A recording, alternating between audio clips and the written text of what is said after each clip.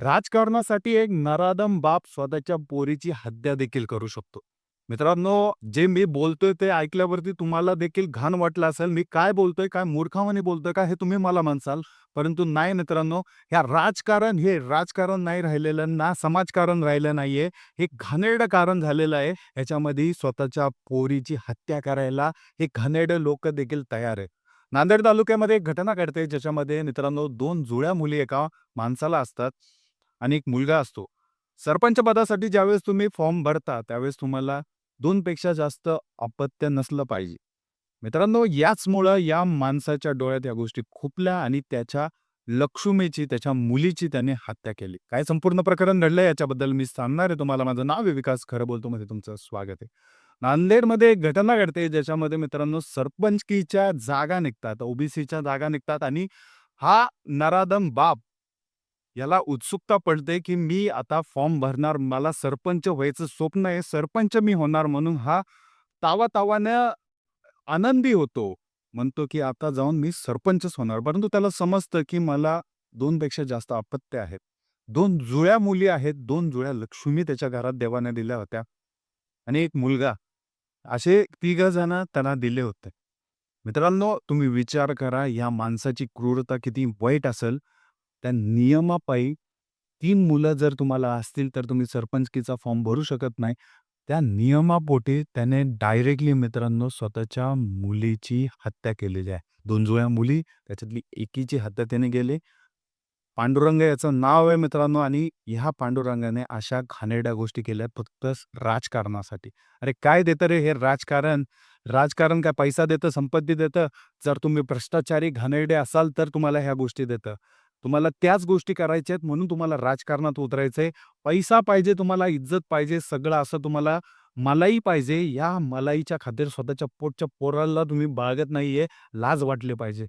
तिला कानामध्ये घेऊन गेला तो कॅनलमध्ये तिला ढकलून दिलं त्या जुळ्या मुलीला आणि दुर्दैवी तिचा अंत झाला.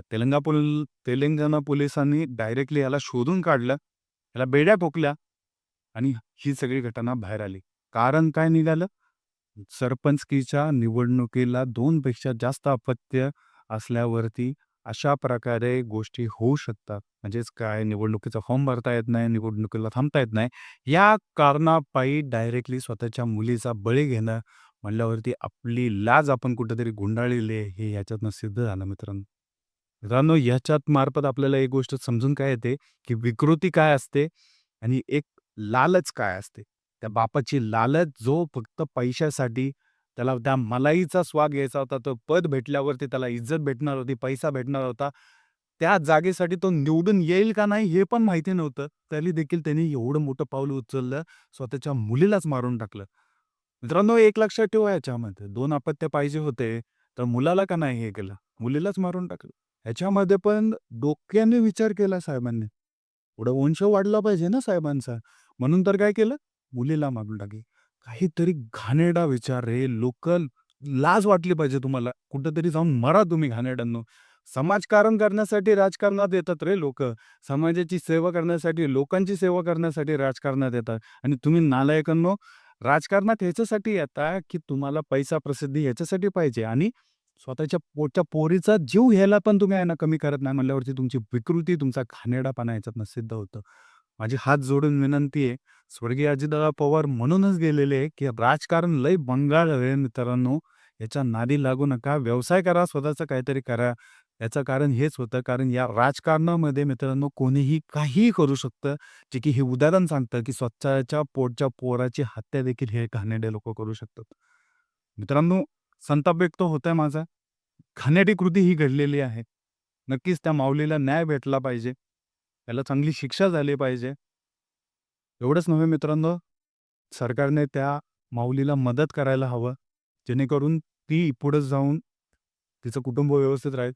ह्या तिचा तिचं जे पण संपूर्ण हे हरवलेलं आहे, छत्र हरवलेलं आहे. एखाद्या मुलीचं मरणं म्हणल्यावरती मित्रांनो हे अंतिम हे असतं. त्यामुळेच या निर्णयाचं त्यांनी हे करावं आणि या नराधमाला चांगल्यात चांगली शिक्षा नांदेड पोलिसांनी घडवून आणली पाहिजे. ह्याला सरपंचीचं काय तर लिटरली हा स्वतःच्या पायावरती उभा राहायला नाही पाहिजे, असं स्वप्न ह्याला दाखवा. खूप खूप वाईट आहे ही गोष्ट मित्रांनो. नक्कीच भेटूया पुढच्या व्हिडिओमध्ये. मी जास्त काय बोलत नाही या व्हिडिओ